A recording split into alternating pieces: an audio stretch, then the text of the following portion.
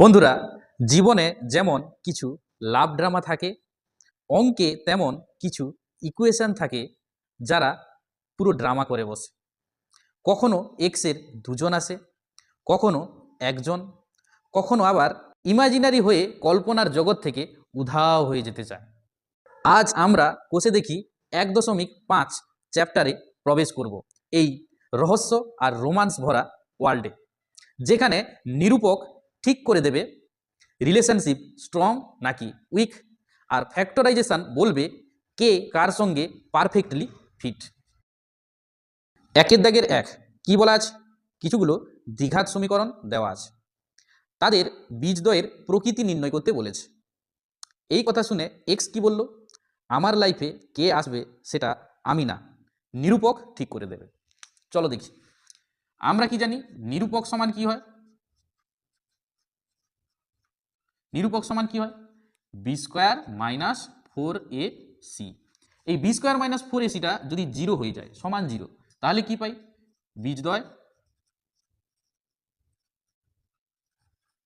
বাস্তব ও সমান। মানে এক্স এর লাইফে একজন আসবে, সে খুব স্পেশাল। আর এই বি স্কোয়ার মাইনাস 4ac যদি গ্রেটার দেন জিরো হয়, তাহলে কি হয়? বীজদ্বয় বাস্তব ও অসমান। মানে এক্স এর লাইফে দুজন আসবে, তারা নিজের মতো আলাদা আলাদা। আর এই বি স্কোয়ার মাইনাস 4ac যদি লেস দেন জিরো হয়, তাহলে কি? বাস্তব বীজ নেই। মানে এক্স এর লাইফে কেউই নেই, ইমাজিনারি। এই সূত্রের সাহায্যে আমরা একের দাগের অঙ্কগুলো করব। চলো দেখি। একের দাগের এক, এখানে তাহলে নিরূপক কি হবে? নিরূপক আমরা জানি কি, বি স্কোয়ার মাইনাস 4ac। এখানে এ কত? এক্স স্কোয়ারের কোফিসিয়েন্ট 2, বি কত? এক্স এর কোফিসিয়েন্ট 7, আর সি কত? এক্স টু দি পাওয়ার 0 বা ধ্রুবক 3। তাহলে বসিয়ে দেবো জাস্ট। বি স্কোয়ার মানে 7 স্কোয়ার মাইনাস 4, এ মানে হচ্ছে 2, আর সি হচ্ছে 3। তার মানে 7 7 49, 4 2 8, 8 3 24। 49 থেকে 24 বাদ দিলে 25। এটা জিরোর থেকে বড়, গ্রেটার দেন জিরো। তার মানে রিলেশনশিপ স্ট্যাটাস কি হবে? প্রদত্ত দ্বিঘাত সমীকরণে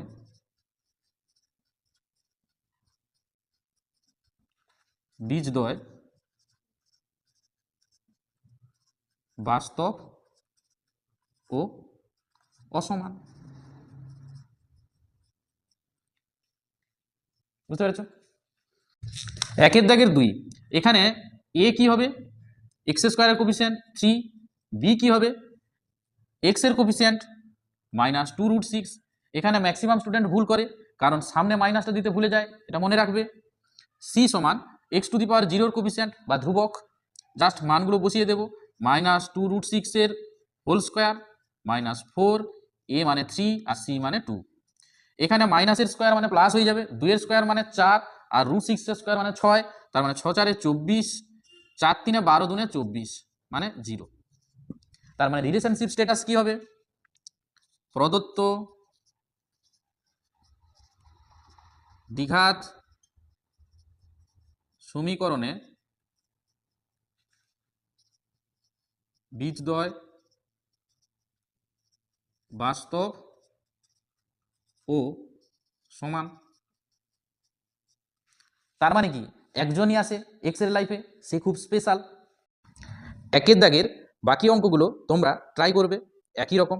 আমি যাচ্ছি দুয়ের দাগে। দুয়ের দাগে কি দেওয়া আছে?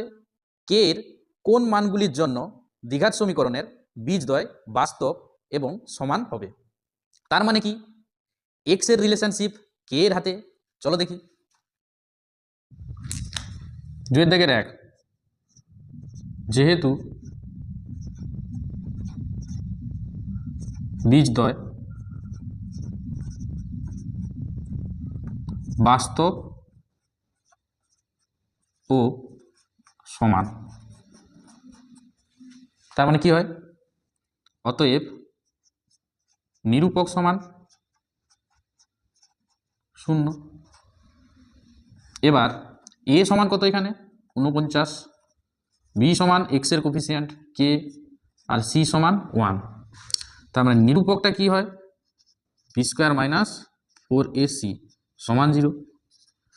বি কত এখানে কে স্কোয়ার মাইনাস 4, এ কত 49, সি কত 1 সমান 0। বা কে স্কোয়ার, এই মাইনাসটা সেদিকে গেলে প্লাস হয়ে যাবে, 49 4 196, বা কে সমান প্লাস মাইনাস রুট ওভার 196। এই যখনই রুট হয় তখন প্লাস মাইনাস দিতে হয়, এইখানে 90% স্টুডেন্ট ভুল করে। সমান কত হবে প্লাস মাইনাস 14, বা কে সমান এই 14 গুণ করো 196 আসবে। অতএব কে এর মান প্লাস মাইনাস 14 এর জন্য, এটাকে আমি 1 নম্বর দিলাম। 1 নম্বর সমীকরণের বীজদ্বয় বাস্তব ও সমান হবে। বুঝতে পেরেছ? দুয়ের দাগের বাকি অঙ্কগুলো তোমরা ট্রাই করবে। একই রকম নিরূপক সমান 0 করতে হবে, কে এর মান বার করতে হবে, শুধুমাত্র ক্যালকুলেশন। তোমরা ট্রাই করবে, না পারলে কমেন্ট সেকশনে কমেন্ট করে জানাবে। 3-এর দাগের অঙ্কগুলো কি, রুটস দেওয়া আছে, সমীকরণ নির্ণয় করতে হবে। মানে এক্স পুরো ফিল্মি মুডে, এক্স এর পুরনো পরিচিতি আছে, তারা ফিরছে ইকুয়েশনে।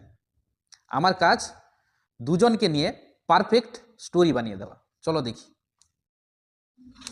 আমরা একটা ফর্মুলা জানি কি, এক্স স্কোয়ার মাইনাস বীজ দুটির সমষ্টি ইন্টু এক্স প্লাস বীজ দুটির গুণফল সমান 0। এখানে বীজ দুটো হচ্ছে আলফা একটা আর একটা বিটা। এটাই হচ্ছে সেই ফর্মুলা যেখানে বীজ থেকে ইকুয়েশন বানানোর সবচেয়ে সহজ ফর্মুলা। এবার কি আছে, একের অঙ্কটা দুটো বীজ দেওয়া আছে, একটা আছে 4 আর একটা 2, তাহলে কি হবে x square minus 4 plus 2 whole into x plus 4 into 2 সমান 0, বা x square minus 4 2 6 6x plus 4 2 8 সমান 0। এটা 3-এর দাগের 1 হচ্ছে। একই রকম 3-এর দাগের 2 কি আছে, দুটো রুটস দেওয়া আছে, একটা -4 আর একটা -3।